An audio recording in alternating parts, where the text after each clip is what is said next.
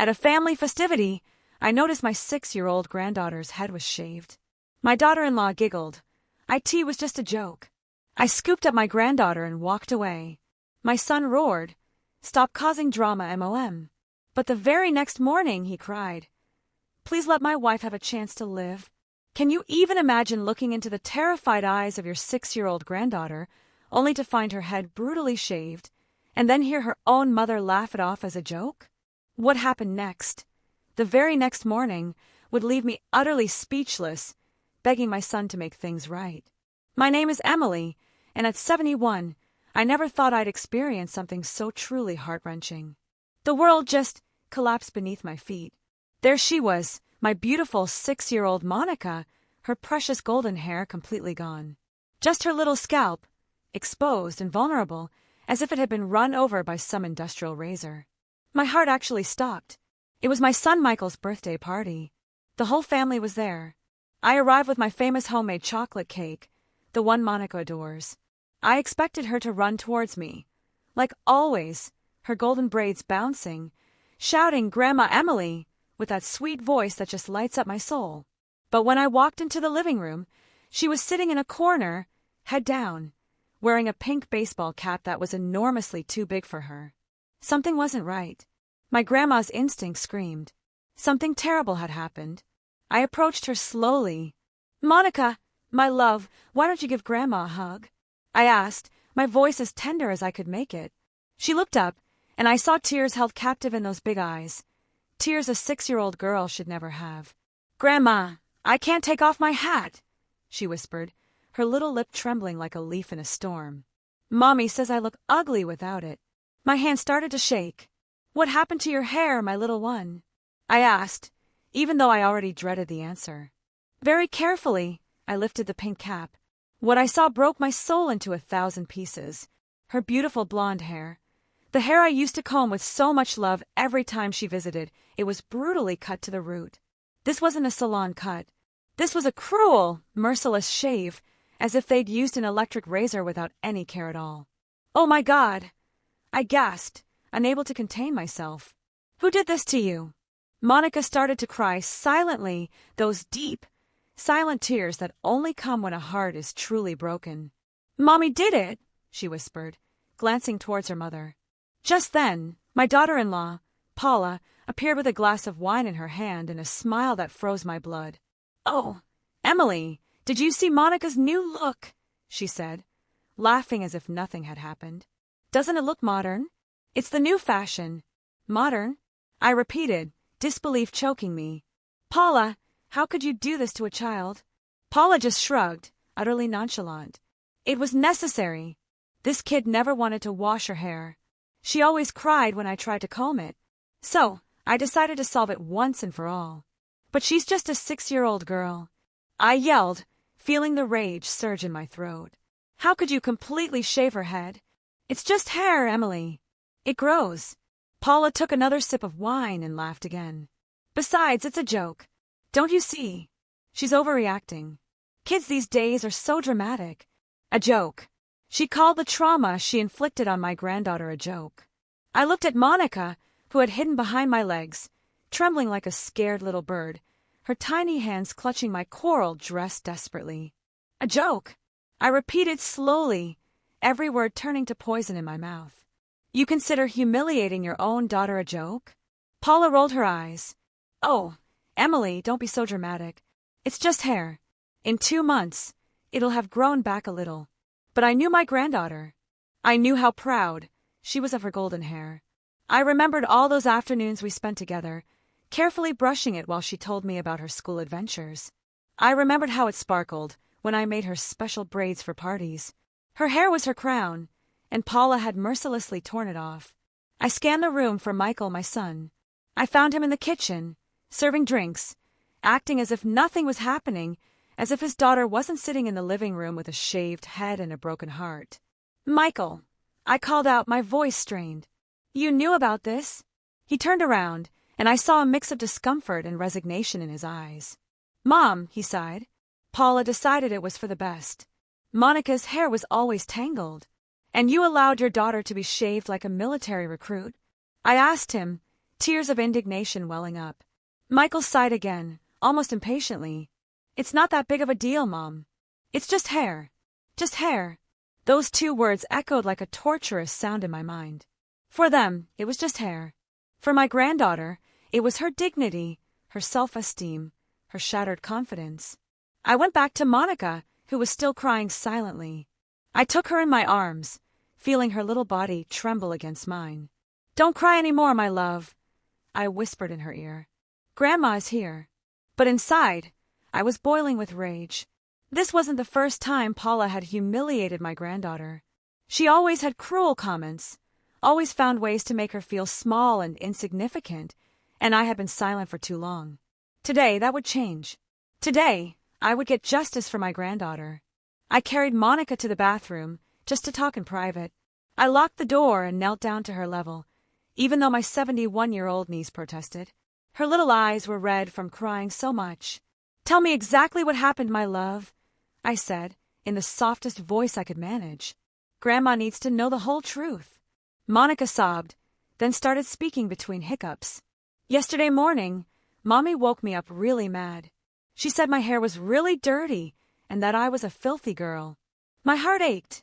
I had seen Monica just 3 days ago, and her hair was perfectly clean. Paula lied, but I had bathed the day before, Grandma, I swear to you. Her little hands trembled as she spoke. Mommy took me to the bathroom and got the machine Daddy uses to shave, the electric razor. The electric razor? I asked in horror. Monica nodded. She told me to stay still, or she was going to hurt me. I cried a lot, Grandma. I cried and begged her to stop, but she kept going and going until all my hair was on the floor. Tears streamed down my own cheeks. I imagined my little granddaughter, terrified, watching her beautiful hair fall while her own mother mercilessly humiliated her. Was your dad home? I asked, already knowing the answer. Yes, he was watching TV in the living room.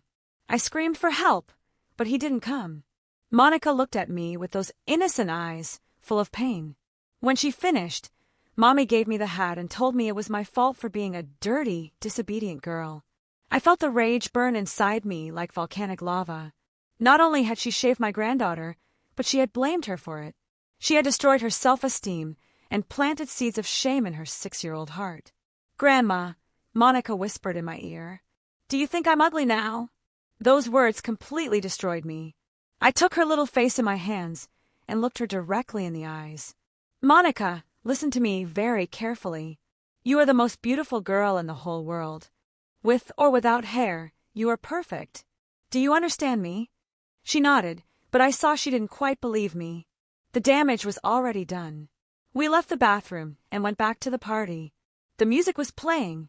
People were laughing and chatting as if nothing had happened, as if my granddaughter hadn't been brutally humiliated just 24 hours ago. I found Paula laughing with my sister Brenda. She looked completely relaxed, as if shaving a 6-year-old was the most normal thing in the world. I approached them with Monica holding my hand. Brenda, you knew what Paula did to my granddaughter? My sister looked confused. What thing? She completely shaved her head. Look at her. I took the hat off Monica, who immediately tried to cover herself with her little hands. Brenda gasped. Oh my God! But why? Paula interrupted with a laugh. Oh, I already explained to them. It was necessary. This girl didn't wash her hair properly. It was always greasy and tangled. Besides, now it's cooler for the heat. Greasy!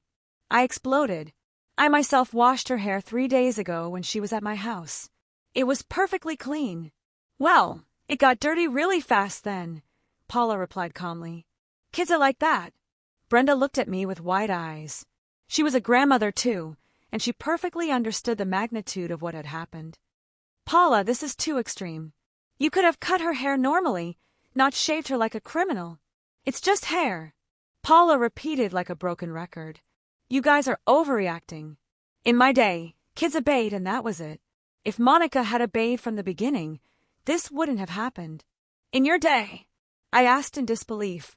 Paula, you're 28 years old, not 50. What day are you talking about? Well, in my family, they taught us real discipline, she replied haughtily. Not like now that all the kids are spoiled. Just then, My neighbor Jonathan, who had come to the party with his wife, approached. He had seen the whole scene, and his expression was one of complete disgust. "Excuse me for butting in," Jonathan said loudly, "but I have 3 grandchildren and I would never in my life do something like that to them. This is not discipline, it's cruelty." Paula looked at him with contempt. "No one asked for your opinion, sir." "I don't need to be asked for it," Jonathan replied firmly. "When I see an adult hurting a child, it's my duty to say something." "Hurting?" Paula laughed hysterically. "Please don't be so dramatic. It's just a radical haircut." But I had noticed something else. Throughout the entire conversation, Monica had clung more and more to my body, trembling every time her mother spoke. It wasn't just fear.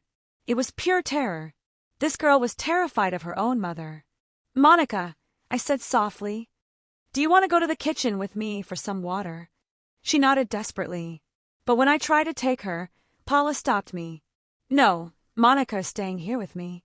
She's been hiding long enough." "We're just going for water," I explained, trying to stay calm. "I said no." Paula's voice became menacing. "This girl needs to learn to socialize, not hide behind her grandma's skirts every time she doesn't like something." I looked at my granddaughter and saw absolute panic in her eyes. She didn't want to stay with her mother. She was afraid of her. Just then, Michael, my son, came up to the group. "What's going on here? Why all the commotion?" "Your mother is making a mountain out of a molehill," Paula told him in a sugary voice. "Just because I cut Monica's hair." Michael looked at me with a tired expression. "Mom, please don't cause problems. It's just hair." "Problems?" I couldn't believe what I was hearing. "Michael, did you see how your daughter looks? Did you see how she's trembling with fear?" "She's fine, Mom. She's just being dramatic as always." Those words hit me like a slap in the face. My own son was calling his 6-year-old daughter dramatic for being traumatized. My own son was siding with the person who had humiliated his own daughter. "Dramatic," I repeated slowly. "Your 6-year-old daughter is being dramatic because she was shaved against her will? Mom, that's enough." Michael looked at me with irritation. "Paula is her mother, and she has the right to decide about her hair. You have no business getting involved." I felt as if I had been punched in the stomach. My son, my own son, was defending the indefensible. He was choosing his wife over his daughter's well-being. I looked at Monica, who was now crying silently again. I looked at Paula, who was smiling with satisfaction. I looked at Michael, who avoided my gaze. And in that moment, I knew exactly what I had to do. I wasn't going to let my granddaughter spend one more second in that toxic environment. I wasn't going to let them continue to humiliate her while I stood by. I took Monica's hand firmly. "We're leaving." "What do you mean you're leaving?" Paula blocked my way, arms crossed. "Monica is staying here. It's her father's birthday party, and she's not going to leave just because you're having a tantrum." "It's not a tantrum," I replied in a firm voice, keeping Monica protected behind me. "It's protecting my granddaughter from more humiliation." "Humiliation?" Paula laughed that fake laugh that always got on my nerves. "Emily, I think you need to calm down. You're seeing ghosts where there are none." But I had seen enough. For the past 2 years, ever since Michael married Paula, I had noticed disturbing changes in my granddaughter. Monica had stopped being the cheerful, spontaneous girl I knew.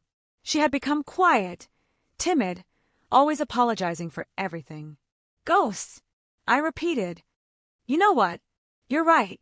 I've been seeing things I preferred to ignore." I knelt down next to Monica and spoke softly to her. "My love, do you remember when you told me you didn't want to stay over at Mommy and Daddy's house anymore?" Monica nodded shyly. Paula immediately tensed up. "Why did you tell me that, my sweetie?" I continued to ask, even though I already suspected the answer. "Because Mommy gets really mad," Monica whispered. "And when she gets mad, she says ugly things to me." "What kind of ugly things?" Paula interrupted abruptly.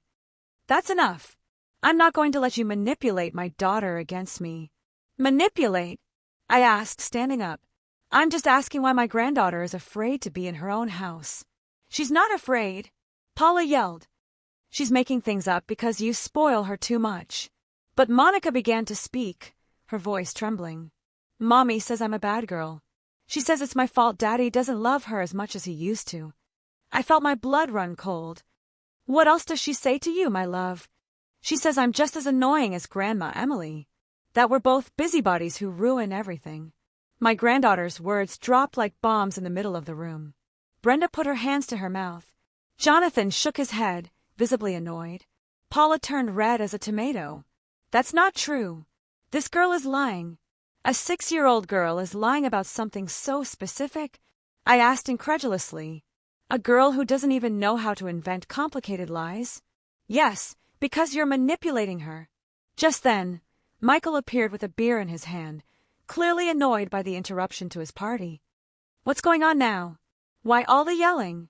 Your wife has been saying horrible things to your daughter, I explained, trying to maintain my composure. And now it turns out the girl is lying. Michael sighed in exasperation. Mom, Paula wouldn't say ugly things to Monica. You're the one who's drawing exaggerated conclusions. Exaggerated? I exploded. Michael, look at your daughter. Look at her shaved head. Look at her trembling with fear. She's trembling because you're scaring her with all these questions. Michael replied, without even looking at Monica. You're creating unnecessary drama. I couldn't believe my son's blindness. His own daughter was clearly traumatized, and he refused to see it. Fine, I said, in a dangerously calm voice. If you think I'm crazy, let me ask Monica something in front of everyone. I knelt down next to my granddaughter again. Monica, when Mommy cut your hair yesterday, did you cry? Yes, Grandma. And what did she say to you when you were crying? Monica looked at her mother in terror. Paula glared at her. You can tell me, my love. No one is going to scold you. In a voice that was barely audible, Monica whispered. She told me that ugly girls cry a lot and that if I kept crying, she was going to cut my eyelashes too. The silence that followed was deafening. Even the music seemed to have turned down. Brenda put her hands to her chest. Jonathan clenched his fists in contained anger. You told your 6-year-old daughter that she was ugly. I asked Paula, my voice trembling with indignation. I didn't say that. Paula yelled desperately. This girl is confused. And she's also confused about the eyelashes? I insisted. Paula fell silent for the first time all afternoon. Her silence was more eloquent than any confession. Michael finally looked at his daughter. He really looked at her, and for the first time, I saw a shadow of doubt in his eyes. Monica, did Mommy really say that to you? Monica nodded, tears rolling down her cheeks. And she also told me that if I told anyone, she was going to cut my hair even shorter. That was the last straw. I stood up like a spring and faced Paula face to face. Not only did you traumatize my granddaughter, I said, my voice as sharp as a knife, but you threatened her to keep her quiet. What kind of monster threatens a 6-year-old girl? I'm not a monster. Paula was completely losing her composure. You're all taking everything out of context. What context justifies calling a child ugly? Brenda asked, who had been silent until now. What context justifies threatening her? She was being too dramatic. Paula yelled. I was just trying to calm her down. Jonathan joined the confrontation. Ma'am, that's not calming a child down. That's psychological abuse. Don't get involved in what doesn't concern you. Paula was completely out of control now. This is my family. Your family? I asked with contempt. Is that how you treat your family? By humiliating them, threatening them, destroying their self-esteem. Michael finally reacted, but not as I had expected. That's enough, everyone, he yelled. This is my house and my party. If you don't like how we raise our daughter, you can leave. My words were stuck in my throat. My own son was kicking me out of his house for defending his daughter. How we raise our daughter. I repeated slowly.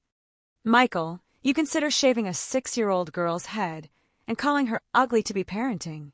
It's discipline, Michael replied, but his voice sounded less sure than before. Paula is trying to teach her good habits. What good habits? I exploded. The habit of being afraid? The habit of thinking she's ugly? The habit of staying quiet when she's being hurt? Monica began to cry louder, clinging to my coral dress desperately. The sound of her sobs filled the entire room. Paula took advantage of the moment to attack again. See, now you've made her cry more. This is all your fault for coming and causing problems. But I had made a decision. I looked my son directly in the eyes and told him with all the coldness I could muster, "Michael, if you consider defending your daughter to be causing problems, then you clearly don't know me at all." I took Monica in my arms. She clung to me as if I were her lifeboat in the middle of a storm. "We are leaving right now," I announced. "And we are not coming back until this situation changes completely." "You can't take her," Paula yelled. "She's my daughter." "She is my granddaughter," I replied in a voice of steel. "And I will not allow you to continue to hurt her." I walked toward the door with Monica in my arms. Behind me, I heard Michael yelling, "Mom, stop being so dramatic. You're overreacting to everything." Dramatic? That word followed me to the door. My granddaughter was traumatized, humiliated, and threatened. But I was the dramatic one for protecting her. I left that house with my granddaughter in my arms, swearing to myself that I would never again allow anyone to hurt her, no matter the price I had to pay. The ride to my house was the most silent of my life. Monica had fallen asleep in the back seat, emotionally exhausted. Every time I looked at her in the rearview mirror, my heart broke a little more. Her little shaved head looked so vulnerable, so helpless. When we got home, I carefully carried her to my bedroom.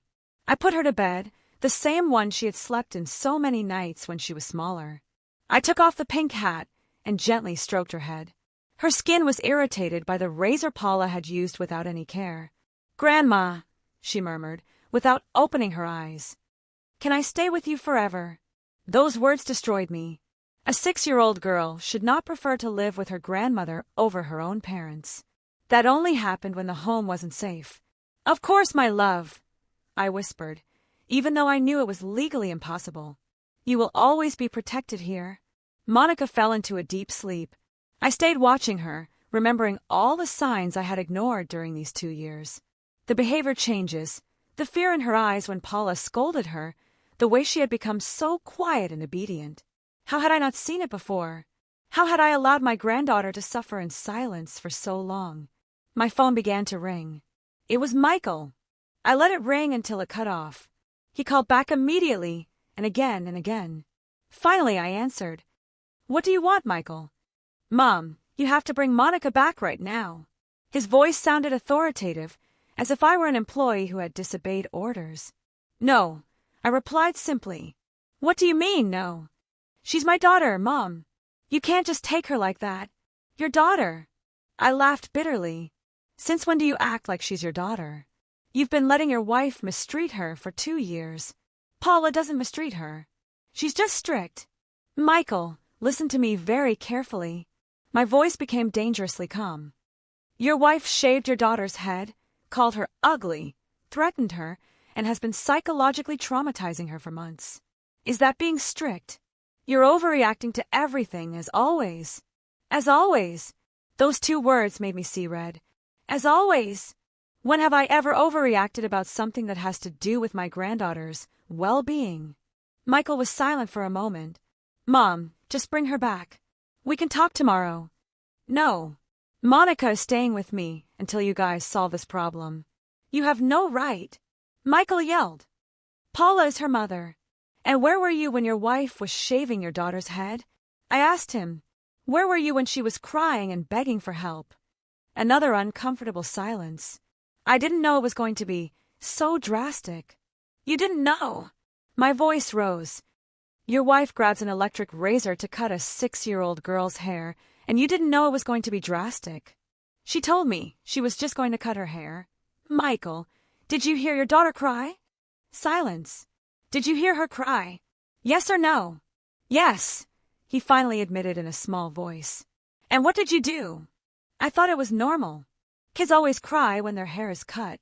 "Kids cry when their hair is cut, Michael. They don't scream in terror when they're shaved with a razor." I heard Paula talking in the background, but I couldn't make out the words. "Paula says you have to bring Monica back immediately, or we're going to call the police," Michael informed me. "Perfect," I replied without hesitation.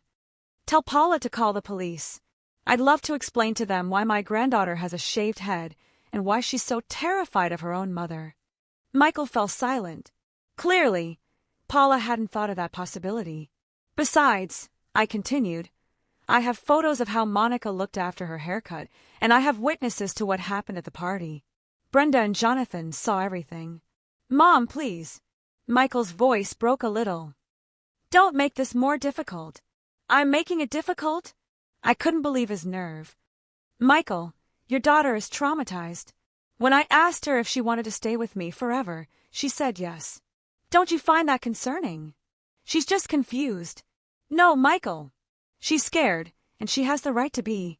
I hung up the phone and put it on silent. I needed to think about my next step. I went to the kitchen and made Monica's favorite dinner, pasta with tomato sauce and cheese. While I cooked, I reflected on everything I had discovered. The cruel comments, the threats, the constant psychological abuse. This hadn't started yesterday with the haircut. This had been going on for months, maybe years. When Monica woke up, we ate dinner together at the kitchen table. She ate with more appetite than she had shown in months. Grandma, she said while chewing, do you think my hair is going to grow back pretty again? Of course, my love. It's going to grow back more beautiful than before, and you're going to help me comb it every day if you want. Monica smiled for the first time all afternoon. A small, shy but genuine smile. After dinner, I gave her a warm bath and put one of my t-shirts on her as pajamas. While I was drying her, I noticed she had small cuts on her scalp where the razor had been too aggressive. Does it hurt, my sweetie? I asked gently, touching one of the cuts. A little bit, but I don't cry anymore because Mommy says that girls who cry are ugly. I had to go to the bathroom to cry in private. I couldn't let Monica see me break down. She needed to see strength, not more pain. When I came back, I found her looking at herself in the mirror on my vanity. Grandma, am I really not ugly? I knelt down next to her, and we looked at ourselves in the mirror together. Monica, do you know what the most beautiful part of you is? She shook her head.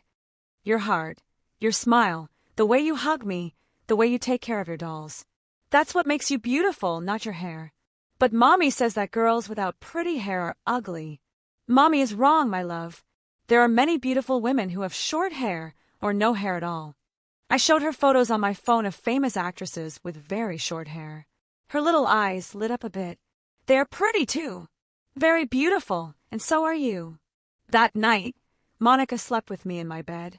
She snuggled against my chest like a scared kitten. Every time she moved in her sleep, she would murmur, "No, Mommy, please." Or, "I'm sorry. I'm sorry." Even in her sleep, my granddaughter was still apologizing. That was the longest night of my life. I stayed awake listening to her nightmares, stroking her shaved head, silently promising her that I would never again let anyone hurt her. At 3 a.m., my phone vibrated with a message from Michael. Mom, Paula is very upset. She says that if you don't bring Monica back early tomorrow, she's going to do something drastic. Please don't make things worse. I read the message and felt a chill. What kind of woman threatens to do something drastic over a 6-year-old girl? What kind of mother uses her own daughter as a blackmail weapon? At that moment, I knew this was much more serious than I had imagined. Paula was not just a strict or impatient woman. She was someone genuinely dangerous, and my granddaughter had been living with that person for 2 years. I woke up at 6 a.m. with Monica still snuggled against my chest. During the night, she had had 3 different nightmares, and each time she woke up crying, I would comfort her until she fell back asleep. Her little hands clung to my nightgown as if she feared someone was going to take her away. My phone had 17 missed calls from Michael and 5 increasingly desperate text messages. The last one, sent at 5 a.m., said, "Mom, Paula hasn't slept all night. She's walking around the house like crazy. Please bring Monica back. I'm begging you." I carefully got up so as not to wake my granddaughter and went to the kitchen to make coffee. I needed to think clearly about what to do next. While the coffee was brewing, my phone rang again. This time it was Brenda. "Emily, how is the girl?" she asked in a worried voice. "Better, but very traumatized. Brenda, last night she had horrible nightmares. She was screaming and apologizing in her sleep. Oh my God, this is much worse than we thought." "Worse how?" Brenda sighed deeply. "After you left yesterday, I stayed and talked with some cousins. It turns out that Monica told our cousin Veronica a month ago that her mommy punished her by cutting her hair a little bit each time she misbehaved. I felt as if I had been hit with a hammer. What? Veronica thought the girl was exaggerating, but now it all makes sense. Paula has been using Monica's hair as punishment for months, and no one told me anything. My voice rose dangerously. Veronica thought it was just kids being kids. You know how they are. But yesterday, when she saw Monica completely shaved, she realized the girl was telling the truth. I hung up the phone, my hand shaking with rage. It wasn't just the cut from yesterday. Paula had been psychologically torturing my granddaughter for months, using her hair as a punishment weapon. I went back to the bedroom and found Monica awake, sitting on the bed, hugging one of my pillows. "Good morning, my love. Did you sleep well?" She shook her head. "I dreamed that Mommy was cutting my eyelashes like she had said." I sat next to her and hugged her tightly. "That's never going to happen. Do you hear me? No one is going to hurt you as long as I'm here. But I'm going to have to go back with Mommy." The question broke my heart because I didn't have a clear answer. Legally, Paula was her mother, and I had no custody rights. "I'm trying to fix things so that you're safe," I said with all the honesty I could. I made Monica's favorite breakfast, pancakes with syrup and strawberries. While we ate, she told me more details about what she had been living through. "Grandma, do you remember when I came to your house 2 months ago with my hair a little shorter?" "Yes, I remember. Mommy cut it because I spilled juice on the table. She told me that careless girls didn't deserve pretty hair." Every word was like a dagger in my heart. "And what did your dad say when this happened?" "Dad was almost never home. And when he was, Mommy acted differently." Of course, Paula hid her true personality when Michael was present. She was an expert manipulator. At 9 o'clock in the morning, my doorbell rang insistently. I went to the window and saw Michael's car parked outside. He was standing at my door with Paula next to him. She looked disheveled, as if she had indeed not slept all night. "Monica, go to my room and close the door," I told my granddaughter. "Don't come out until I tell you." I opened the door, but I didn't invite them in. "What do you want?" "We've come for our daughter," Paula said in a hoarse voice. Her eyes were red and swollen, but not with sadness. It was pure rage. "Your daughter is fine where she is. Emily, please." Michael tried to use a conciliatory tone. "We understand you're upset, but this has gone too far." "Too far?" I repeated in disbelief. What went too far was shaving a 6-year-old girl's head. Paula exploded. "I'm tired of this drama. It's just hair. She'll forget about this in a week." "She'll forget." My voice became dangerously calm. "Paula, do you know that Monica had nightmares last night?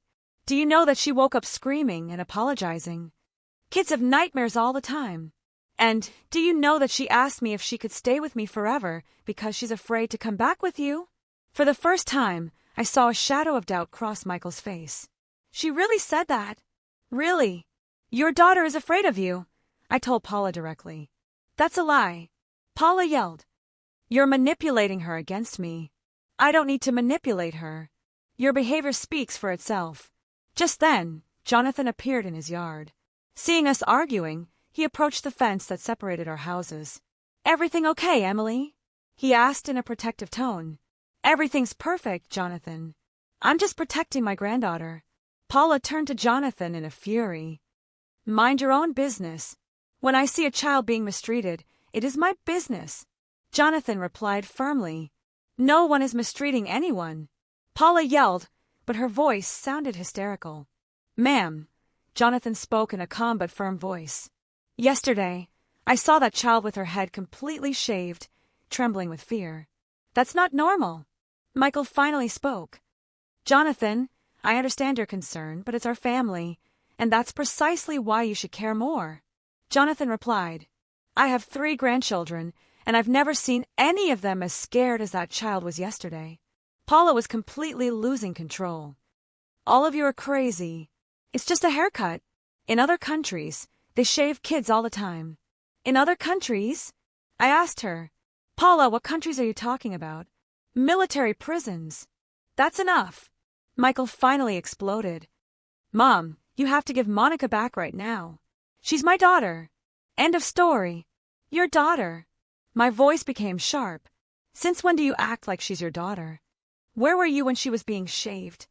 Where were you when she was called ugly?"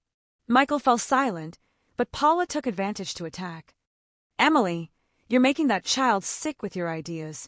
You're creating problems where there are none. Problems where there are none. I laughed bitterly. Paula, your daughter asked me yesterday if she was ugly. A 6-year-old girl shouldn't even know that word applied to herself. Kids say a lot of silly things. Silly things. Jonathan joined the conversation again. Ma'am, yesterday I heard that child telling her grandmother that you threatened to cut her eyelashes and she was still crying. Are those silly things, too? Paula turned pale. She hadn't expected there to be witnesses to that confession. I didn't say that exactly. What did you say exactly? I asked her. Paula stammered for the first time since I had known her. I was just trying to calm her down by threatening her. Michael finally reacted. Paula, did you really say that to Monica? It was a joke. Paula yelled desperately. The whole thing was a joke. This family doesn't understand humor. A joke. Jonathan shook his head. Ma'am, shaving a child and threatening her is not humor. It's cruelty. Just then, I heard Monica crying from my room. She had heard the yelling and had gotten scared. Look what you've done, I told them with contempt. You've scared the child again. I went into the house and locked the door. I went straight to my room and found Monica hiding under the covers. Mommy is coming to take me, she asked in a trembling voice. No, my love, you're not going anywhere where you don't feel safe. But she's going to punish me later. Those words broke my soul. My granddaughter knew that she would eventually have to pay for having caused problems. Monica, listen to me very carefully. You haven't done anything wrong. None of this is your fault, and I'm going to do everything I can to keep you safe. Do you promise me? I promise you. Outside, the yelling continued. Michael and Paula were arguing with each other now, probably because Michael was finally realizing the magnitude of the problem. I took my phone and looked up the number for my lawyer. It was time to take legal action. This situation had gone too far, and I wasn't going to allow my granddaughter to return to an environment where she was psychologically abused. Monica, I told my granddaughter as I dialed the number. We're going to fix this. I promise you. My lawyer, Elias Mason, arrived at my house 2 hours after my call. He was a 60-year-old man, a family man, and a grandfather like me. When I explained the situation to him on the phone, his response was immediate. Emily, what you're describing to me is child abuse. I'm on my way over right now. While I waited for the lawyer, Michael and Paula had been ringing my doorbell every 15 minutes. I ignored them completely. Every time the bell rang, Monica clung to my body, trembling. Grandma, they're going to force me to go, she asked me again and again. I'm doing everything I can to make sure that doesn't happen, my love. When Mr. Mason arrived, Michael and Paula were sitting on my front steps. Upon seeing the lawyer, they immediately stood up. Who is he? Michael asked with concern. My lawyer, I replied from the doorway. Mr. Mason, these are Monica's parents. The lawyer greeted them politely, but maintained a serious expression. Sir, I understand there is a family dispute. Could you explain your version of events to me? Paula immediately began to speak breathlessly. Sir, my mother-in-law took my daughter without my permission. That's kidnapping. I want her back immediately. I understand, the lawyer said calmly.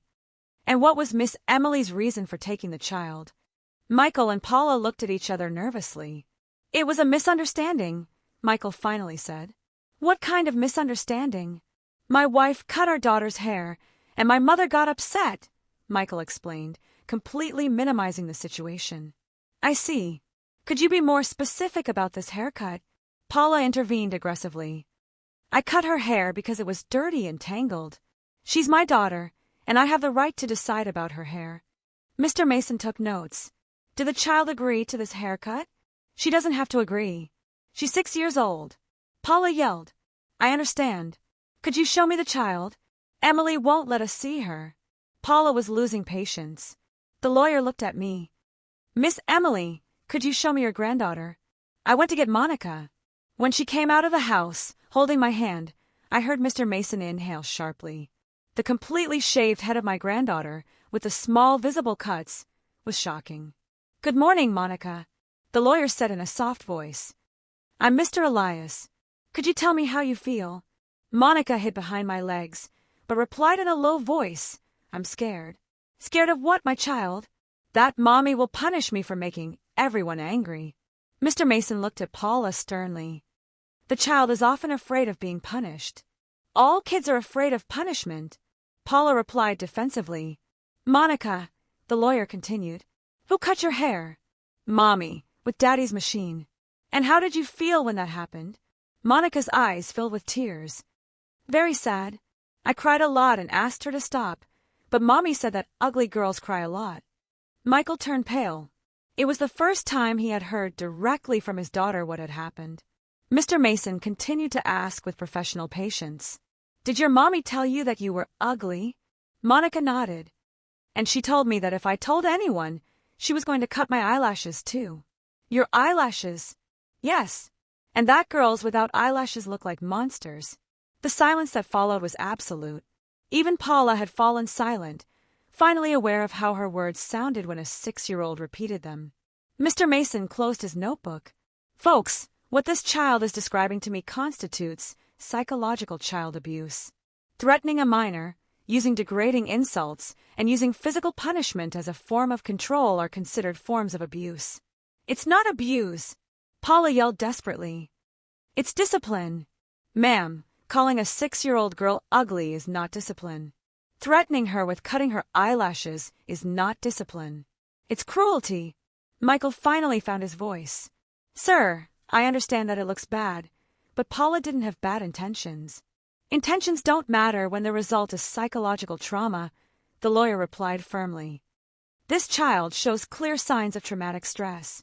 What signs? Michael asked, genuinely confused. Excessive fear of being punished. Separation anxiety, emotional regression, and nightmares. Your grandmother informed me that the child had multiple nightmares last night. Monica pulled on my dress. Grandma, can I go inside?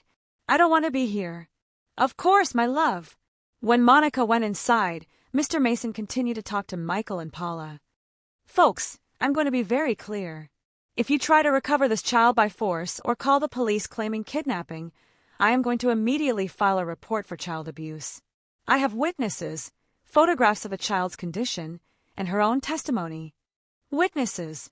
Michael asked nervously.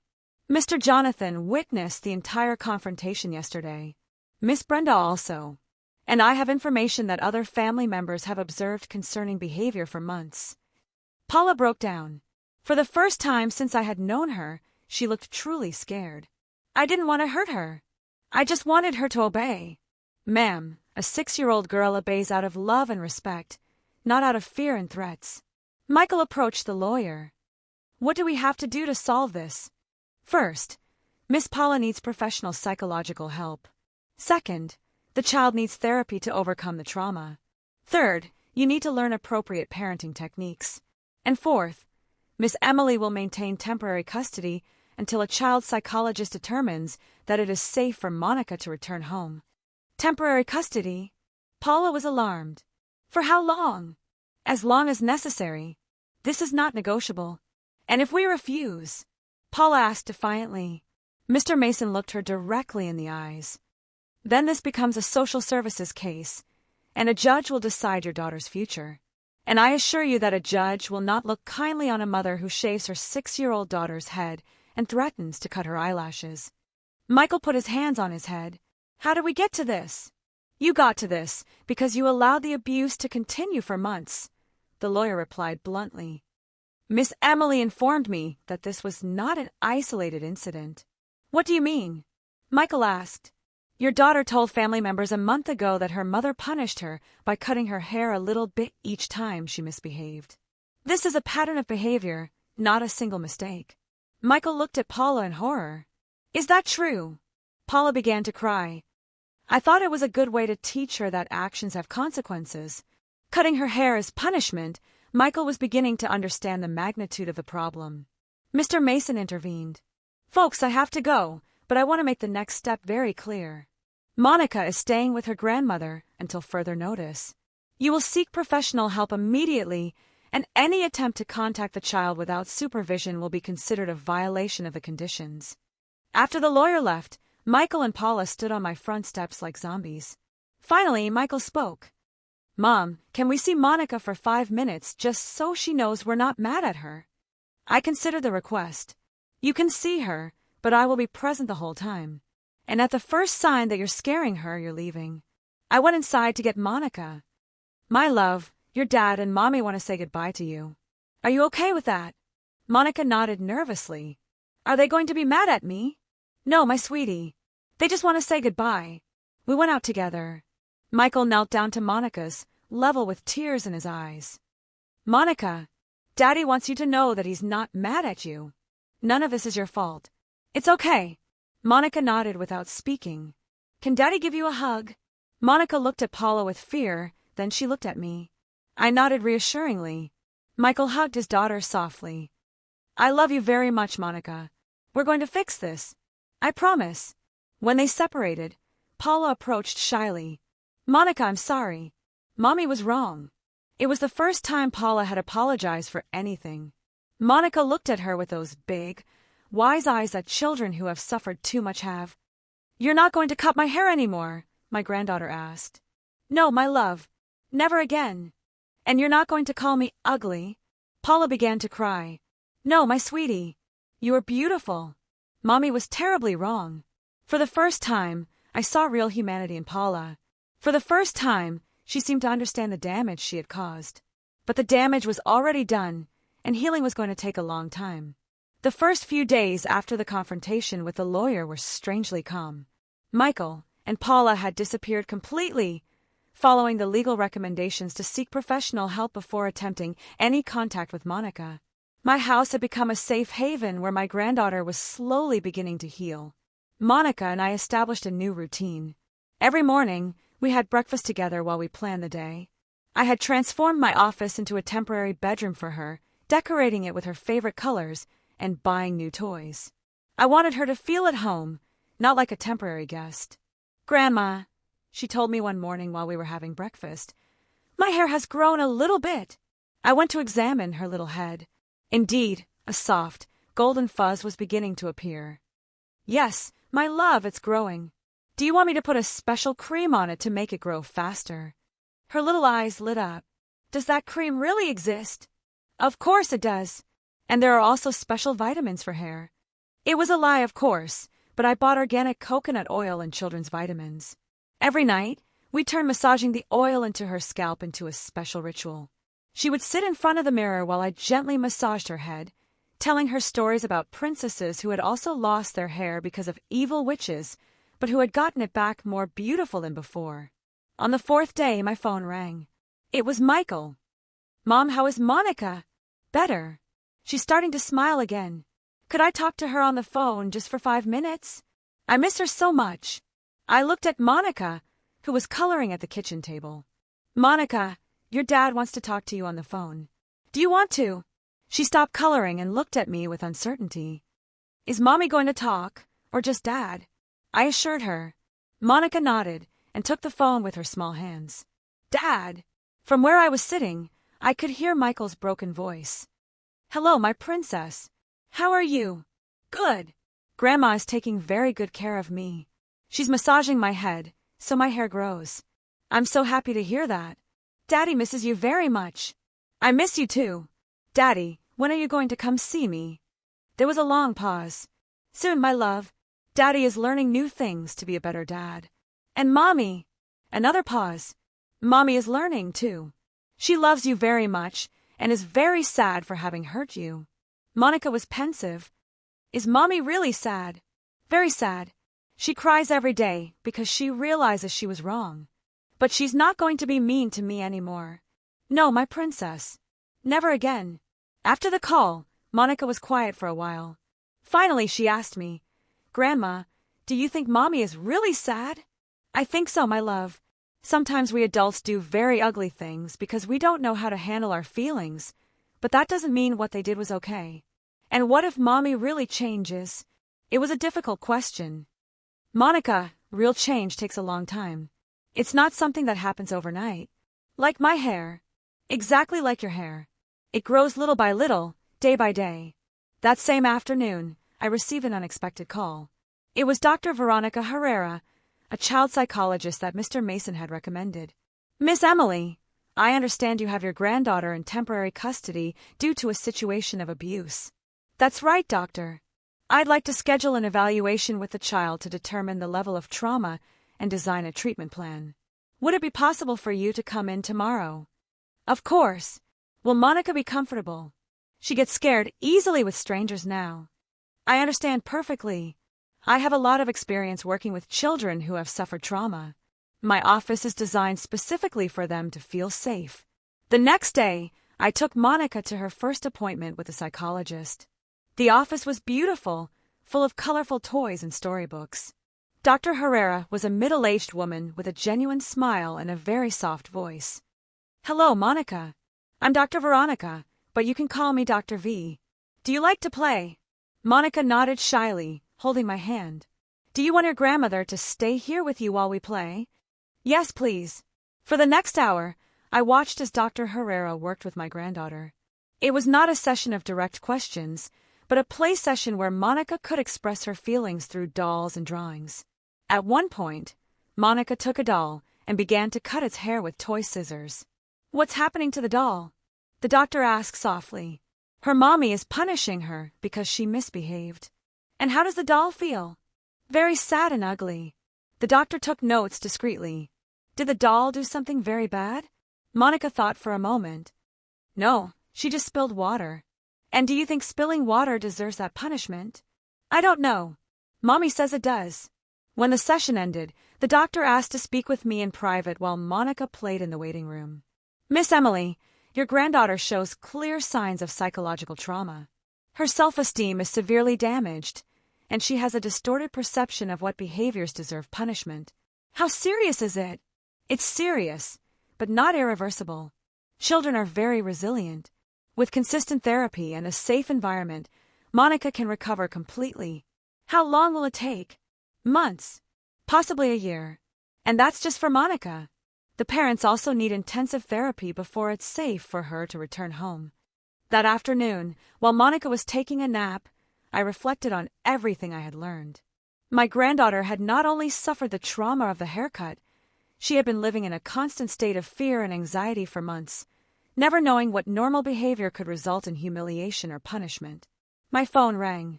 It was Brenda. Emily, how are things going? Better, but it's a slow process. The psychologist says it's going to take months. What about Michael and Paula? Michael has been calling every day to talk to Monica. He sounds genuinely regretful, but I haven't heard anything directly from Paula. Well, I have news about that. I ran into Paula's sister at the supermarket yesterday. And what did she tell you? That Paula is in intensive therapy. Apparently, she's going 3 times a week and is taking medication for anxiety. Medication? Yes. Apparently, she has impulse control problems that had never been diagnosed. The sister says Paula grew up in a very strict home where physical and psychological punishments were normal. That information made me think. It didn't justify what Paula had done, but at least it explained where her behavior came from. And how is Michael reacting to all of this? According to the sister, he's devastated. He realized that he had been ignoring signs for years. He's in individual therapy, and he's also going to parenting classes. That night, while I was reading a story to Monica before bed, she surprised me with a question. Grandma, do you think I'll ever be able to forgive Mommy? It was a very deep question for a 6-year-old girl. Do you want to forgive her? Monica thought for a moment. Sometimes I do, but sometimes I'm still scared. It's okay to be scared, my love, and it's okay not to be ready to forgive yet.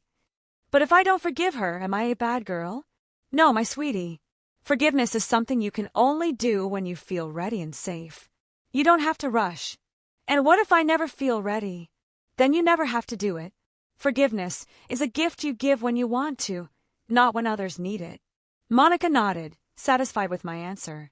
She fell asleep peacefully that night, without nightmares, for the first time since she came to my house. But I stayed awake thinking about the future. What would happen if Paula really changed? What would happen if she didn't? Would Monica have to grow up divided between her love for her father and her fear of her mother? Only time would tell. But one thing was for sure. As long as I had a voice and a vote, my granddaughter would never again suffer in silence. 3 weeks after the incident, I received a call that would change everything. It was Mr. Mason, my lawyer, and his voice sounded worried. Emily, I need to see you urgently. Michael and Paula have filed a legal petition to regain custody of Monica. I felt as if I had been punched in the stomach. Can they do that? Legally, yes. They argue that they have been following all the therapeutic recommendations and that they have met the requirements. In addition, Paula has been officially diagnosed with intermittent explosive disorder and is under medical treatment. What does that mean? It means they're going to argue that her behavior was the result of an undiagnosed medical condition and that now that she's being treated, she doesn't pose a danger to Monica. I hung up the phone with my hands shaking. Monica was in the yard playing with her new dolls, completely unaware of the storm that was approaching. Her hair had started to grow noticeably, forming a soft, golden fuzz that shone in the sun. She no longer looked like the shaved, traumatized child from a month ago. That afternoon, Mr. Mason came to my house to explain the legal situation in detail. The judge has ordered a complete family evaluation. This includes interviews with everyone involved, psychological evaluations of the parents, and an evaluation of the home environment. And what about Monica? Dr. Herrera will have to present a report on Monica's progress and her current mental state. Her opinion will be crucial for the judge's decision. When is the hearing? In 2 weeks. Only 2 weeks to prepare the case that would determine my granddaughter's future. I felt overwhelmed. The next day, Michael called to ask to see me in person. I agreed, but on the condition that it was just him. When he arrived at my house, he looked completely different. He had lost weight, had deep dark circles under his eyes, and his posture was that of a defeated man. Mom, I need to talk to you. Sit down, I said dryly. Michael sat on the edge of the sofa, nervous. I know you're mad at me. Mad? I laughed bitterly. Michael, I'm not mad. I'm disappointed. There's a huge difference. I understand. And you have every right to be. Do I really? After 3 weeks, you finally understand that your daughter was being mistreated under your own roof. Michael lowered his head. I've been in therapy, Mom. I'm starting to understand a lot of things that I ignored. Like what? Like the fact that Monica had changed completely in recent months. She had become so quiet, so timid. I thought it was a normal phase. A normal phase. My voice rose. Michael, your daughter was terrified of her own mother. I know that now, but at the time, I was so focused on keeping the peace at home that I ignored all the signs.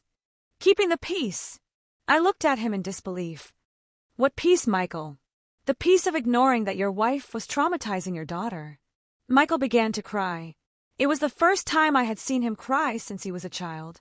Mom, I was a coward. I was afraid to confront Paula because when I did, she got worse. So, I decided it was easier to pretend that everything was fine. And meanwhile, your daughter suffered in silence. Yes, and that's going to haunt me for the rest of my life. For the first time since this whole nightmare began, I saw genuine remorse in my son. But remorse was not enough. Michael, do you really think Paula has changed? She's in intensive therapy 3 times a week. She's taking medication. She's been diagnosed with a disorder that explains a lot of her behavior. That doesn't answer my question. Do you think she has changed? Michael was silent for a long moment. I want to believe she has. Wanting to believe is not the same as believing. Mom, she's really trying. She's reading books on parenting. She's working with a therapist who specializes in anger management. She's even taking yoga classes for stress management. And what if all that doesn't work? What if she has a relapse? Are you willing to risk your daughter's mental health for a second chance? What choice do I have? She's my wife. Your choice is to protect your daughter above all else. Just then, Monica ran in from the yard. Upon seeing her father, she stopped in her tracks.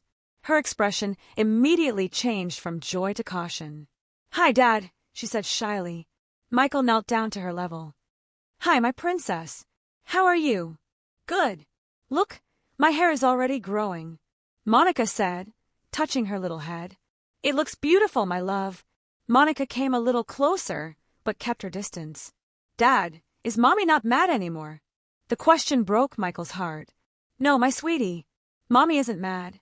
Mommy is very sad for having hurt you, and she's already learned not to be mean.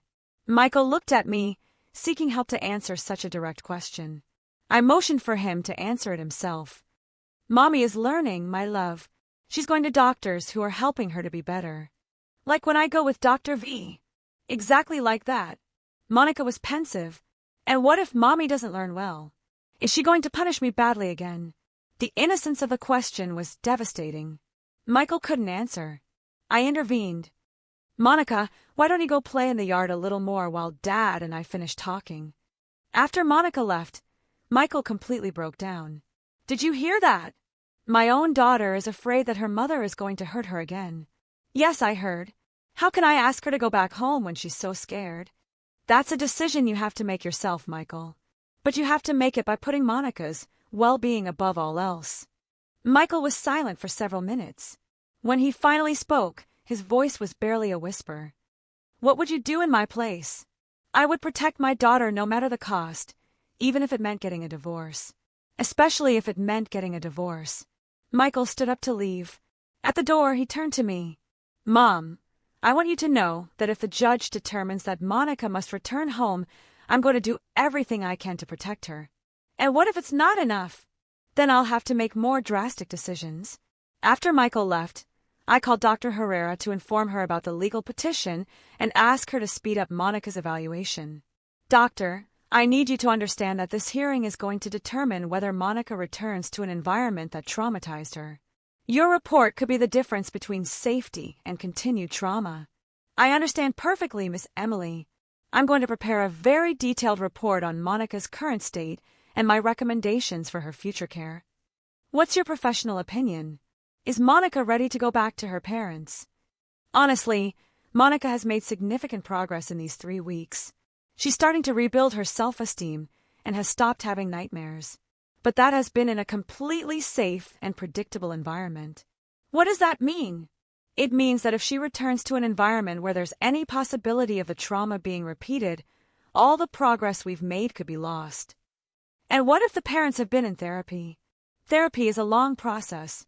Real behavior changes take months, sometimes years. There's no way to guarantee that 3 weeks of therapy have created permanent changes. That night, while I was helping Monica with her bath, she asked me a question that broke my soul. Grandma, are you going to have to give me back to Mommy and Daddy? I didn't want to lie to her, but I also didn't want to scare her. There are some important people who are going to decide what's best for you. And what if they decide I have to go back, but I don't want to? Then we're going to do everything we can to make sure your voice is heard. The important adults are going to listen to what I want. I hope so, my love. I hope so. But inside, I had my doubts. The legal system didn't always prioritize a child's wishes over a parent's rights, and Monica was too young for her testimony to have much legal weight. I only had 2 weeks left to prepare for the most important case of my life, my granddaughter's future. The day of the hearing arrived too soon. I woke up at 5 o'clock in the morning with a stomach full of nerves. Monica was still sleeping peacefully in my bed. Her hair had grown enough to form small golden curls that framed her sweet face. She no longer looked like the shaved, traumatized child from a month ago. While I was making breakfast, my phone rang. It was Dr. Herrera. Miss Emily, I wanted to call you before the hearing. I have completed my evaluation, and my recommendation is clear. Monica should not return to her parents' home at this time. I felt a huge sense of relief. What did you find in your evaluation? Monica still shows signs of post-traumatic stress when returning home as mentioned.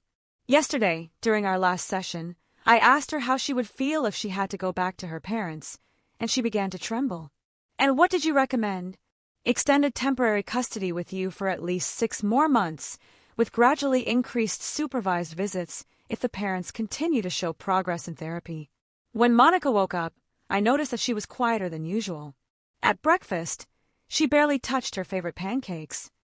What's wrong, my love? Grandma, today is the day the important people are going to decide. Yes, my sweetie. I have to talk to them. Only if you want to. No one is going to force you. Monica was pensive.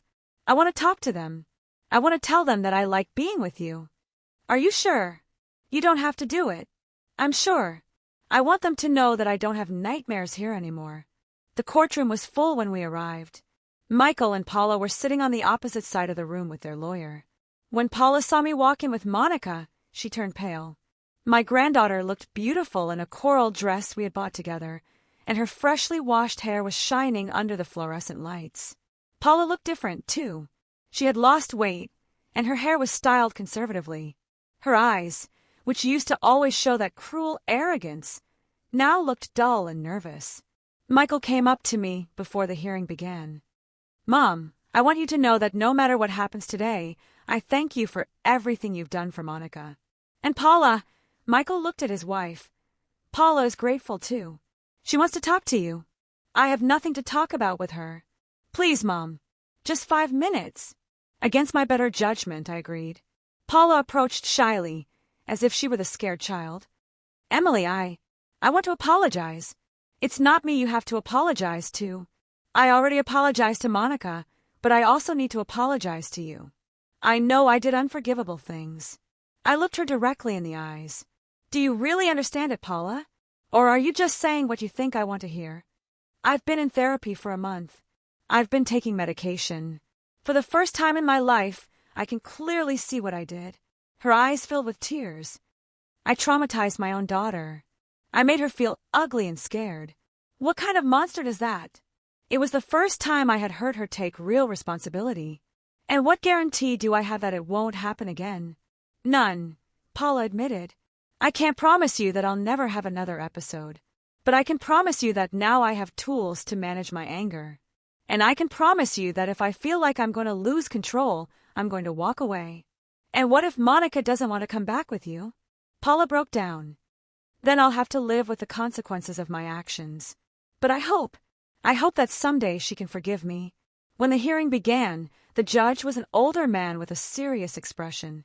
First, he listened to the testimony of Michael and Paula's lawyer, who presented all the medical and therapeutic documentation that showed the family's progress. "Your Honor," the lawyer said, "my client has been diagnosed with intermittent explosive disorder, a condition that had not been previously identified. She is under intensive medical and psychological treatment. She has completed classes in anger management and positive parenting techniques." Then it was Mr. Mason's turn. "Your Honor, progress on paper does not guarantee this child's safety. Monica suffered severe psychological trauma that is documented by a specialized child psychologist. Dr. Herrera was called to testify. Her testimony was devastating for Michael and Paula's case. Your Honor, in my professional evaluation, this child still shows clear signs of trauma. When I ask her about returning home, she exhibits physical and emotional anxiety responses. She has made significant progress in a safe environment, but that progress is fragile. What is your recommendation, doctor?" "Extended temporary custody with the grandmother for a minimum of 6 additional months, with monthly evaluations and supervised visits that can be gradually increased if the parents continue to show substantial progress." When it was Monica's turn to testify, the judge asked for the room to be cleared, except for the parents, the lawyers, and me. Monica sat in a special children's chair next to the judge. "Hello, Monica. I'm Judge Robert. Do you know why we're here?" "Yes, sir. To decide if I have to go back with Mommy and Daddy." "And what do you want?"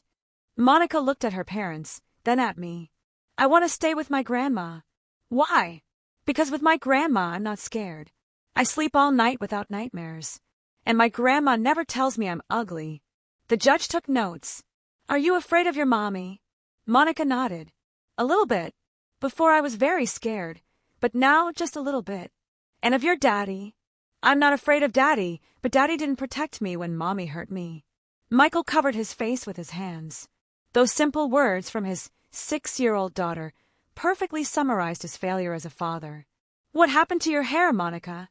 "Mommy cut it all with Daddy's machine because she said I was a dirty girl, but I had bathed the day before." "And how did you feel?" "Very sad and ugly. Mommy told me that girls without pretty hair are ugly." "Did your mommy say anything else?" "She told me that if I told anyone, she was going to cut my eyelashes too." The silence in the room was absolute. Even Michael and Paula's lawyer looked uncomfortable. "Do you like your hair now?" Monica smiled for the first time during the testimony. "Yes. My grandma tells me it looks beautiful and puts special oil on it to make it grow fast." "Do you want to see your mommy and daddy?" "Yes, but I don't want to live with them yet. I want to stay with my grandma until I'm not scared." After Monica's testimony, the judge called a recess. During those 30 longest minutes of my life, Monica and I waited in the hallway. She had behaved like an incredibly brave child. "Do you think the judge is going to let me stay with you?" she asked me. "I hope so, my love. You told the truth, and that's the most important thing." When we returned to the courtroom, the judge had his decision. "After reviewing all the evidence and hearing all the testimonies, I have reached the following conclusion. Although I recognize the progress that Michael and Paula have made, the safety and well-being of the minor Monica must be the absolute priority." My heart was beating so fast that I thought everyone was going to hear it. Therefore, I order extended temporary custody with Ms. Emily for an additional period of 6 months. During this time, the parents will have supervised visits twice a week, gradually increasing, according to Dr. Herrera's recommendations. Paula began to cry silently.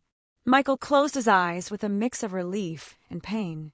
In addition, the judge continued, the parents must continue with intensive individual and family therapy. There will be monthly evaluations, and any incident that puts the minor's well-being at risk will result in the immediate termination of all visitation rights. When we left the courthouse, Monica took my hand and looked at me with those wise eyes that had seen too much for her age. "Grandma, does this mean I'm going to be safe?" "Yes, my love. This means you're going to be safe." That night, as I tucked Monica into bed, she asked me one last question. "Do you think I'll ever be able to live with Mommy and Daddy again?" "I don't know, my sweetie. But I do know that when that day comes, if it comes, you'll be ready and you'll be safe. And you'll always be my protecting grandma. Always, my love. No matter what happens, I will always protect you." Monica fell asleep with a smile on her face. Her golden hair was spread on the pillow like a halo. She was no longer the traumatized child who had arrived at my house a month ago. She was a child who was learning to be strong, to use her voice, and to know that she deserved to be loved and protected. And I had kept my promise. I had protected my granddaughter no matter the cost. Sometimes love requires courage, and sometimes courage requires saying enough is enough when no one else is willing to. What would you have done if you were in my shoes, faced with protecting your grandchild like this? Have you ever had to stand up to family to protect someone you love? Tell me what you think in the comments below. I really want to know.